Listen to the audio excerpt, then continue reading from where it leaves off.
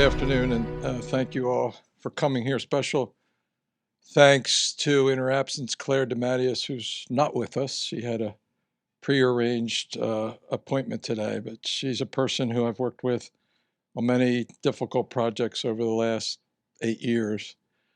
And most importantly, when we had a riot and a murder in our prison, and she came in to really help us make improvements to that facility in our system in general. And I knew she had done great work when, not long after that, our commissioner had a health issue and had to retire. And I got a call from the head of the union representing the correctional officers who said to me, "Why don't you appoint Claire to be the next commissioner?" And I almost fell over. Like I said to him, "Well, I don't think Claire's going to do that." And so I called her up, and she said, "Well, let me think about it." This was a Friday, and I'll talk to you on Monday. On Monday, she came in with 4 pages of things that we needed to do and said, "If you do commit to do these things, I'll do the job." So I knew when we had an issue like we have, and it's a challenging one, that she was the person to really try to help us strike the balance. And I think that's the important thing for all of us. And again, I want to thank those of you who served on the task force, Ray from WHA, Kim from Friendship House, and thank you for the great work that you do. And to Lieutenant Bozeman, whose crew is on the street every day, and Chief, to your men and women in the ambulances, for whom a lot of calls are made, as I learned firsthand. It really is, when you think about it, a team effort. Public Works here and the great work that you do cleaning up and making sure, and Parks Department and all the challenges that we face, and even more so. And so there's a lot of recommendations that were made. We'll take them in pieces, I think, and try to work our way through it. And you'll get a sense of that as I lay out what we're going to try to do. As I said, my purpose for establishing the group was to come up with recommendations on how the city could address the unhoused population in our city, recognizing there were a lot of things and people already on the ground working. And so I asked the task force to consider approaches that balance, as I said, the compassion for the challenges facing the unhoused with the rights and quality of life of the broader community, which I hear from kind of on a regular basis as the mayor. For sure, this is a difficult balancing act, but one that we take very seriously, and I know the task force did as well. They had some 10 meetings, over 300 people participated. They alternated locations. They invited members of the communities and the unhoused themselves, and really did a good job in engaging to the extent that they had time to do that. This is a complex issue for sure. And I've personally learned over the 30, 40 years or so in public service that if you know one homeless person, you only know one homeless person. Years ago, when I was working for Newcastle County, I was part of a team of our employees who worked and served breakfast at a manual dining room once a month. And we would see a lot of the same people, and they were very different: men, women, children, folks that were unhoused, folks that lived in the neighborhood. But what I learned is that everyone was really different and had unique challenges, some more difficult than others. And so they've really varied on a case by case basis, which makes it really hard to develop approaches that are geared to help everyone, because everyone's a little bit different. But the task force and their work helped to identify things that we could do to make a difference in the lives of these folks and get us moving in the right direction, at least in the short term. I mean, I'm under no illusion that we're going to implement these things and everything's going to be fine. That's not going to happen. We recognize that many residents of our neighborhoods face housing insecurity. But the steps outlined here, what we're talking about here specifically, are aimed at existing those who are experiencing unsheltered homelessness, which is very different than somebody trying to find a place that they're already housed. They can always find a place where they can live and move, take care of their family. One thing is clear, we've had a noticeable increase in this population in recent years, and all the people that I talk to, law enforcement folks who see the folks every day, people who are doing the work, who see the folks coming. And people know around the area, around the region, that Wilmington is a compassionate and caring place with people who provide and do great work. So as a result, our city has in some ways become an attractive for unhoused populations from other locations nearby. And that's a good thing, I guess, in one way, but it's make it more difficult for us to deal with the problem here. Recently, there was an article in the news that reported that the city of Philadelphia spent $240,000 on one-way bus tickets for homeless to other cities. And we know that some have come here to Wilmington. And I learned recently that behavioral health and rehab centers in Kent and Sussex County are sending their unhoused to Wilmington after they have the number of days that Medicaid provides for treatment. And so they're dropping them off here with the expectation that there's room for them at the Sunday breakfast mission, a shelter, which I think is a requirement of their Medicaid rules. We are absolutely going to do our part, but it's just not right for these other places, cities and towns to send their folks to Wilmington. The constant influx from other cities and towns makes it harder for us to care for the population here. And most importantly, it's unfair to the city residents who live in these neighborhoods. I have spoken with the mayors in our state. We have a regular kind of monthly meeting that we get together and confirm what they know is going on and have seek their help. I've also sent a letter to Mayor Parker in Philadelphia. One of the driving forces there is she's closing down Kensington, which was kind of an area where people could use drugs without effect. And so I've asked her to see if she could help us with this problem. So as we attempt to provide support for the unhoused here in Wilmington, we have a responsibility on behalf of the residents of neighborhoods to ensure that Wilmington operates in an orderly and lawful way. And as I said, I do regular drive-throughs with Anthony, and we do the same with members of council through neighborhoods. And so one of the things that I want to make clear, and I've been accused of criminalizing homelessness. Some of the advocates contend. What I will say to that is we have to enforce existing laws to preserve order and the safety in our neighborhoods and the quality of life of the people that live there. We can't allow drug and alcohol use in our streets and in our parks. We have got a call from the superintendent of the Red Clay School District about needles and paraphernalia in Cool Springs Park, and they have children that go out there every day for recess. We can't allow overnight camping on our sidewalks and in parks and public spaces. And we can't allow squatting, and this is a big issue in some neighborhoods, in vacant houses that create dangerous situations, particularly in the winter where they're making fires to keep warm.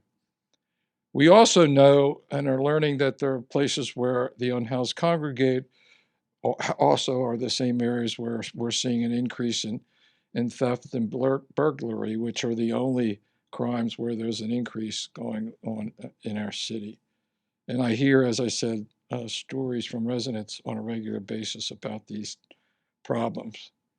I recently did a ride-along, Chief, with your young men and women, I would say, new recruits, a lot of them, on our new Wilmington ambulance service, which is very impressive, particularly the people doing the work. And observed that most of the calls we had on that afternoon were for folks for whom there was a call by somebody driving by who saw somebody that was prone or laying on the street.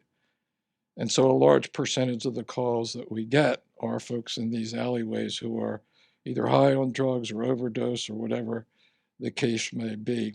So getting these folks the help that they need, Lieutenant, is a big part of your job, and I know that social services with the state as well. And this unit, your unit, will continue to do this work and really ramp up the efforts there, because at the end of the day, that's the solution for so many of these folks that have these challenges.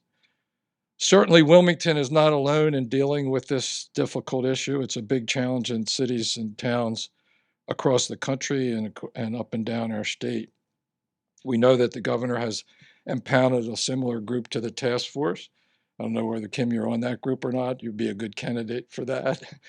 And so we're going to hear, I think, a lot of their discussions, Ray, are about housing opportunities and things that really were not directly relevant to the population we're talking about, but certainly a big piece of the puzzle.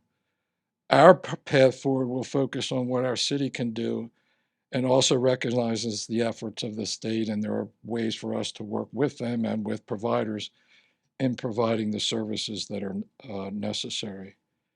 Our approach will be focused on building on these services currently provided, but do it in a more kind of focused way in certain areas and to fill in some of the gaps that exist. And some of those things were brought out. One of them is in Christina Park.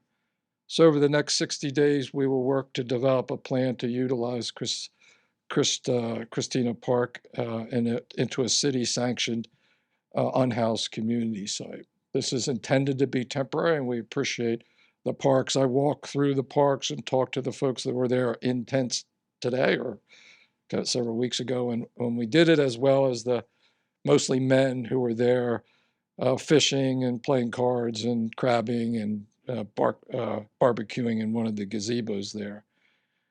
I think both parties that share the park understand their mutual use, and we hope to be able to come up with a plan to use the park in that fashion.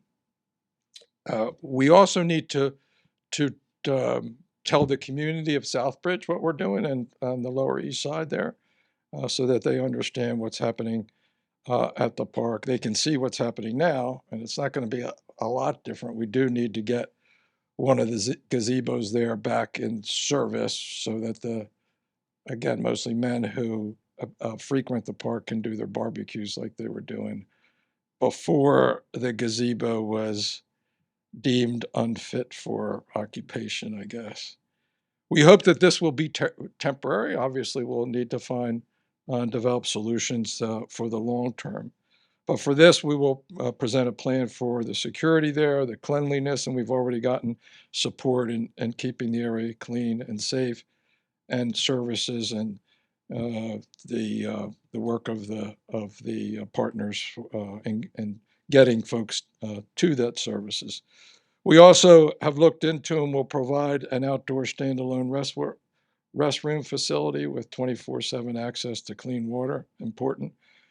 But at the same time, we intend to enforce the city's current ban on camping in other public spaces and parks across the city. Obviously, this will require us to evaluate whether we need another location to meet the needs of this population. From the beginning, as we've thought about this and talked to providers, and particularly those with the Ministry of Care and with Ray's help, we've known that some kind of day facility, much like what was provided some years ago, they don't do it anymore at St. Patrick's, kind of on the north side. And I don't know, Kim, if you've done it periodically in your area.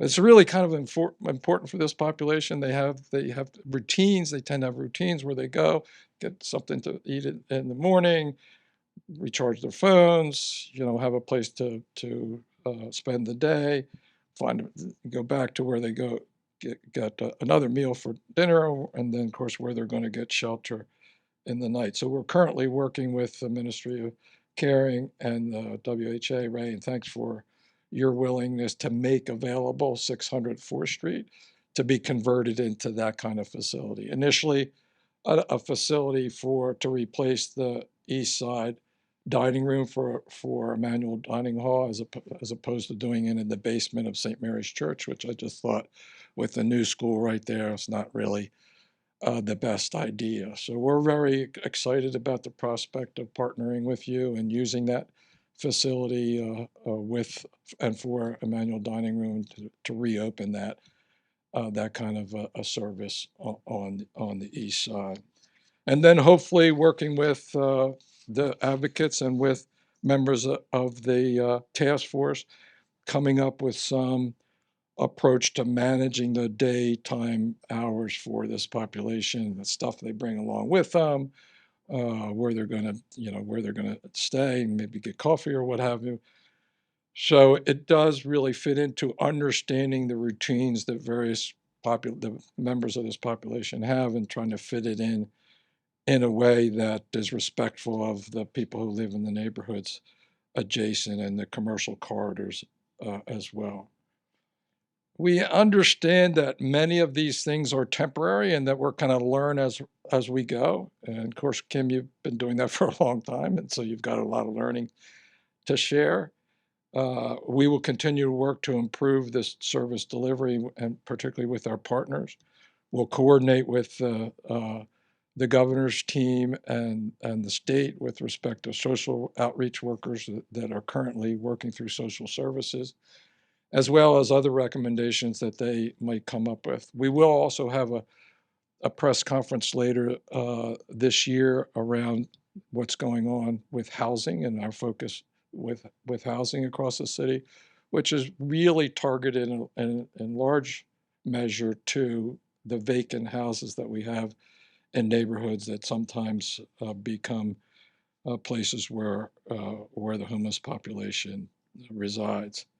We don't pretend to have all the answers. I'm sure the task force felt that way as well, although they had obviously strong feelings and opinions about each. None of these solutions are easy. It's not something that I like to do to take a beautiful park there that's used and use it for this purpose. On the other hand, for the folks that will be there temporarily, it'll be a good thing. Our commitment really is to do what's right for the city of Wilmington and to everyone who calls this city home, or those who visit us every day. Let me just wrap up by again thanking all the people out there on the streets doing the work. We can't thank you enough for all the folks in the nonprofit sector who do that, to our public works department and parks who do a lot of the cleanup and will have a large role in the Christina Park situation. So we appreciate all of that. I should also mention I don't see either of the members of City Council who served on the task force, Councilman Owens and Councilwoman Bracy, but we appreciate their participation. The other members of council who we hope will support our efforts. The members of the General Assembly who we work with all the time. In fact, the $600,000 that we have received from the bond bill for the 600 4th Street facilities comes from by way of the bond bill and our partner with the WHA. A lot of hard work ahead of us, but it's important for our city and everybody who lives in it. So with that, if there are any questions, happy to entertain them at this time. So at Christina Park, is the people allowed to be there, is that going to be limited to 28 tents? And We haven't talked about a number. If you go to the park, you can see an area that's kind of designated. It's at the moment loosely enforced, I think it's fair to say. We hope to at some point have appoint somebody to kind of manage that part of the park. The guys who use it for fishing and crabbing, they're on the kind of the other side near where fishing and crabbing is done.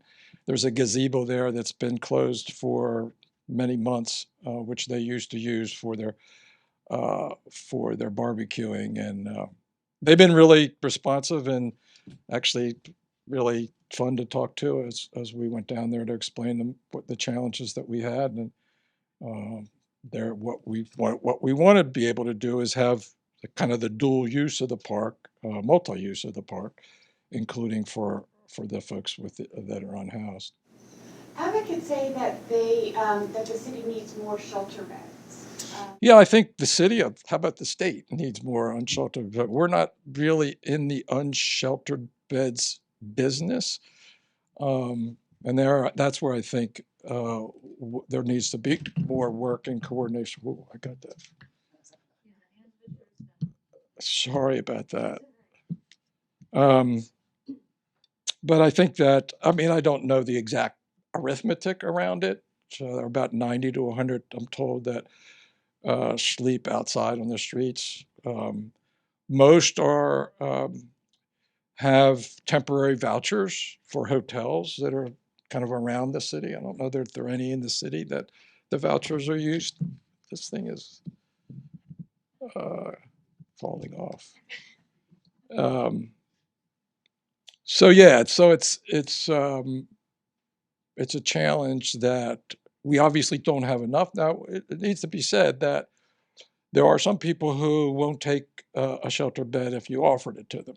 We have, and that makes really law enforcement's challenge a lot harder because they are attempting to stay overnight in places where it's not permitted, and we have places where they can go, and in some cases they refuse to go. So that makes it a little bit or a lot harder.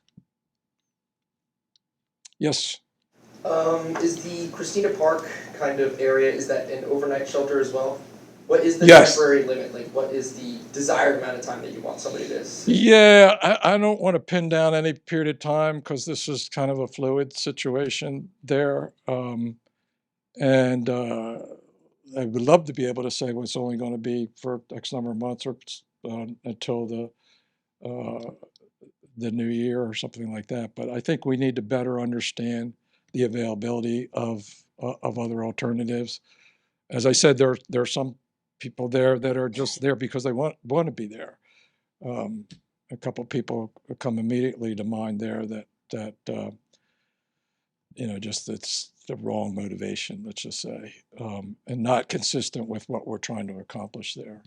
It's a beautiful park, it's right there on the Christina, obviously.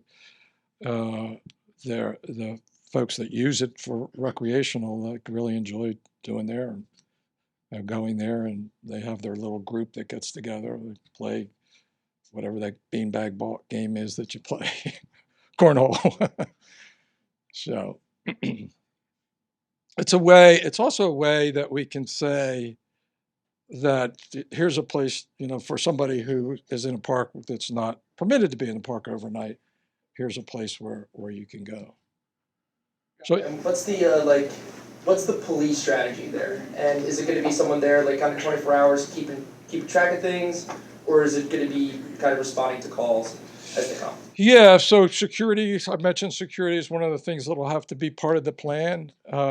It's the case that the folks that are there don't always see things the same way, like any place. And so that will be required. I think that the more challenging thing is folks that are going to have to move from places that they're currently not permitted, and we haven't been really enforcing that very strongly. We really try to work through Partners in Care to get people to agree to move and get help and assistance and that type of thing. But there are times when they become conflicts, when you're blocking public right-of-ways on sidewalks and the like. When you're in a park, when you're doing the situation there, we have hot spots, right? And folks know where they are. It's Adams Street, people panhandling there as people stop at the red light where there's three changes there. So there's a long stop and people can work their cars that are there. But can be a dangerous situation. And that's something that we have to be mindful of. So that attracts other folks who use that Adams Street corridor for various purposes, and they then migrate across to the park that I mentioned that's near the school where the children are going to recess. So these are connected, and the challenge is to kind of enforce or create order so that people who are living in neighborhoods, running businesses, going to school, children in the parks, aren't, don't encounter these kinds of circumstances. So it's a challenge for sure, while providing needed services and the rights of people who are unhoused. Yes, ma'am. How much money will these initiatives cost the city in total? Yeah, I don't have a number. With the number I have, the first number that I have is on the facility at 600 4th Street. And we have a very tough partner that we're working with there who's, the $600,000 that we have isn't enough. So we're trying to get a number that we can live with that's somewhere in the $1 million range, which would convert it. It's right now, is it empty? It's a warehouse. It's a warehouse. So envision a warehouse, kind of rough, not a lot of the finishings. We'd have to put a kitchen in there. Plumbing's pretty good shape. If we could use the area around it, it's not owned by WHA or us, that'd be an added benefit. One of the big challenges is folks in this population have a lot of stuff that they carry with them. And so having a place where they can store their belongings, right now they're storing it on the sidewalk outside of the Sunday breakfast mission and other places. And so can we develop a place and manage a place where, that kind of storage can be had? And maybe that's an idea that we've tossed around with respect to the 600 4th Street location. One of the other recommendations, I believe, was like a tiny home initiative. Yeah, I think I hesitated to mention that. That is something that's more in the next step when we talk about Christina Park and being temporary. Kind of the next step could we do a tiny homes kind of thing? There are spaces kind of in that vicinity. The challenge is, where do you put it, right? If you've been to the one in Georgetown, as I have some time ago, and just talked to Mayor West quite a bit. He's taking a lot of incoming at the moment on that facility, but he's in a rural community. This community has cornfields on 2 or 3 of the sides, and it's separated by a residential community of folks who work in the poultry industry in the state, in the community. And so until recently, I don't think he's gotten a lot of complaints about it. And so we don't have cornfields around the city. We have a neighborhood right next door. Like if you look right next door to Christina Park, you've got Southbridge. We're about to make we've been making multi-million-dollar investment in new townhomes in Southbridge, kind of as we speak. So that's our challenge, right? Is striking, and it was what I started off with. It's striking this balance of compassionate service delivery and accommodation for a population, doing it in a way that's respectful for the quality of life of our city, and recognizing that our commercial area, our city will die if we can't keep it commercially active with people in our state. The announcement of yesterday, was it yesterday? Today's what, Wednesday? Monday, I guess, of Corteva moving back in town was a big deal. It gives us more resources to do a lot of these things in parks and public works and all the things, police and fire, all the things that we have to do. People kind of lose track of that. So you've got to find mutual accommodations within the community. You talk about development. Some advocates have said that the city should have, some kind of percentage for people developing, that they have a percentage of affordable housing. Yeah, so we've done that informally in recent times, but we will look at, it's called inclusionary zoning. And I know the state looked at it, and you end up getting a lot of pushback on it, but it's one of the things that I'm proud of, former Mayor Purzycki, and what we've been doing is in some of these projects, first of all, making sure that they're affordable, right? So the project in Southbridge, will have significant subsidy in it to bring the purchase price down to an affordable level. Now, affordable is always kind of in the eyes of the beholder, right? Some of it, we're investing, we got $5 million in the bond bill for the land bank to rehab vacant houses and to do it in such a way to convert them into affordable purchases and in some cases affordable rentals. So just drive down Bennett Street, several blocks on the east side, and they've been redone completely, beautifully, by the way. We were just there the other day. And it's this concept of creating affordable units in neighborhoods, which helps. It's the vast majority of this population are not in the market for that kind of a housing opportunity, right? We're talking about emergency shelter. It's a way different because of the other co-occurring issues that they have: drug and alcohol abuse, mental health issues, and the like, right? So now there are people that are unhoused that are, the victim of domestic violence, for instance, lots of other reasons. That's why I say if you know one, you know one. Everybody's a little bit different.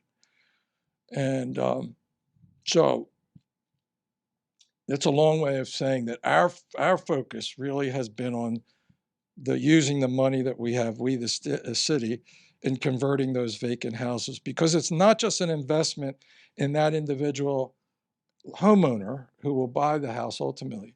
It's an investment in that block and in that whole neighborhood, right? Because it helps to stabilize the neighborhood.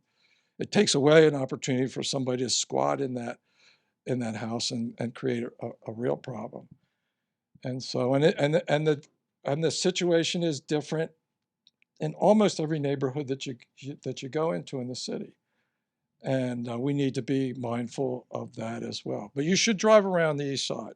You wouldn't, if you haven't been there in a while, you wouldn't recognize whole blocks of new housing that's been done over the last, I don't know, 5 to 10 years. Yes, ma'am.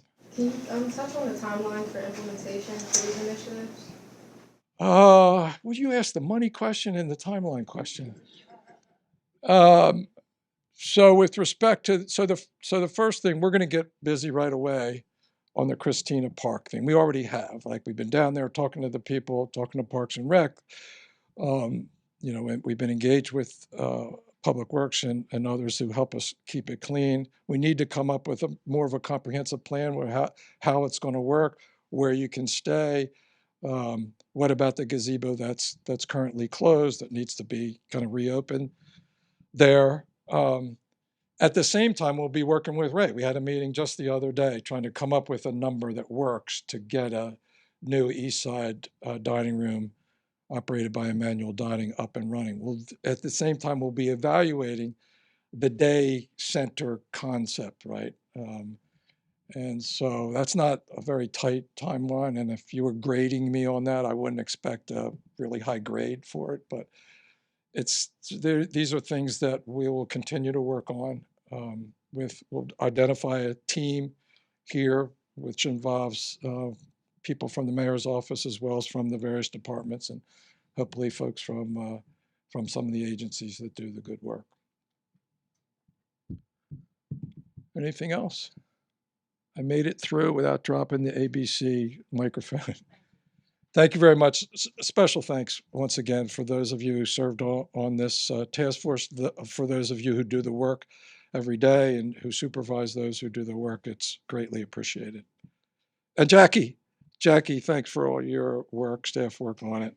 You're going to be on that group I just mentioned, just for the record. All right, thanks very much.